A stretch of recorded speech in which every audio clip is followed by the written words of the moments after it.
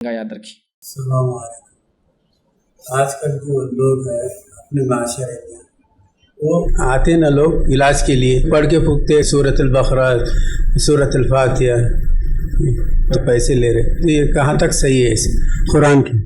دیکھیے بھائی نے سوال کیا کہ قرآن کی آیتوں کو بیچنا اس معنی میں کہ کوئی کچھ پڑھ کر دم کر رہا ہے اور اس کے بدلے کچھ اجرت لے رہا ہے، کوئی لکھ کر کچھ دے رہا ہے اس کے بدلے اجرت لے رہا ہے۔ تو یہاں اس بات کو ہم ذہن میں رکھ لیں کہ اگر کوئی رقیہ شرعیہ کرتا ہے، اور پڑھنے والا کون ہے میں نہیں جانتا، لیکن اگر رقیہ شرعیہ کرتا ہے اور رقیہ شرعیہ کی عوض میں وہ کچھ لیتا ہے یا اس کو کچھ دیا جاتا ہے تو یہ شرعاً جائز ہے انشاءاللہ جی، اس میں کوئی حرج نہیں۔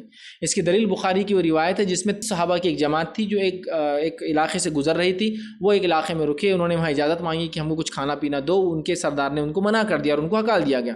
اس کے بعد وہ جماعت گاؤں سے باہر رک گئی اور تھوڑی دیر بعد ایک لونڈی بھاگتی اور کہا تم میں سے کیا کوئی شخص ہے جو علاج کرنا جانتا ہے؟ جھاڑ پھونک ہمارے سردار ہے، اس کو بچھو یا سانپ نے ڈس لیا۔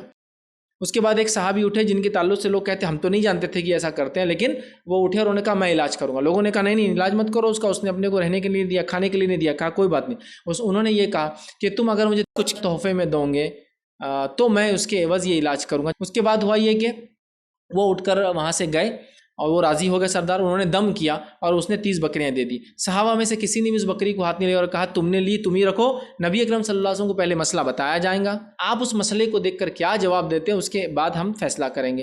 نبی اکرم صلی اللہ علیہ وسلم تک پہنچے، مسئلہ بتایا گیا، آپ نے اس صحابی کو بلا رکھا تمہیں کیسا معلوم کہ سورہ فاتحہ رقیہ ہے، دم کرنے کی چیز ہے؟ تو کہا اللہ کے رسول نے کچھ نہیں کہا، مسکرائے۔ آپ صلی اللہ علیہ وسلم نے فرمایا میرا بھی ایک حصہ اس میں رکھو، مطلب یہ کہ وہ لینا حلال ہے۔ تو پتہ چلا اگر رقیہ شرعیہ شریعت کے بنیاد پہ کوئی علاج کرتا ہے جس کے عوض وہ کچھ لیتا ہے تو شرعاً جواز ہے، جس کی دلیل ہمیں ملتی ہے، لیکن اس میں ظلم اور زیادتی نہ ہو کسی کے اوپر اور دھوکہ دھڑی نہ اور غیر شرعی نہ ہو۔ یاد رکھیں اگر شرعی ہے اور کچھ اس کی اجرت لیتا ہے تو انشاءاللہ لینے میں کوئی حرج نہیں۔ اگر فری کرتا ہے تو بہت اچھی بات ہے، لیکن سوال یہ ہے کہ وہ کمائے گا کہاں سے؟ اگر فل ٹائم یہی کام کرتا ہے تو اگر وہ کوئی اجرت لیتا ہے تو لینے میں انشاءاللہ عزیز کوئی حرج نہیں ہے انشاءاللہ۔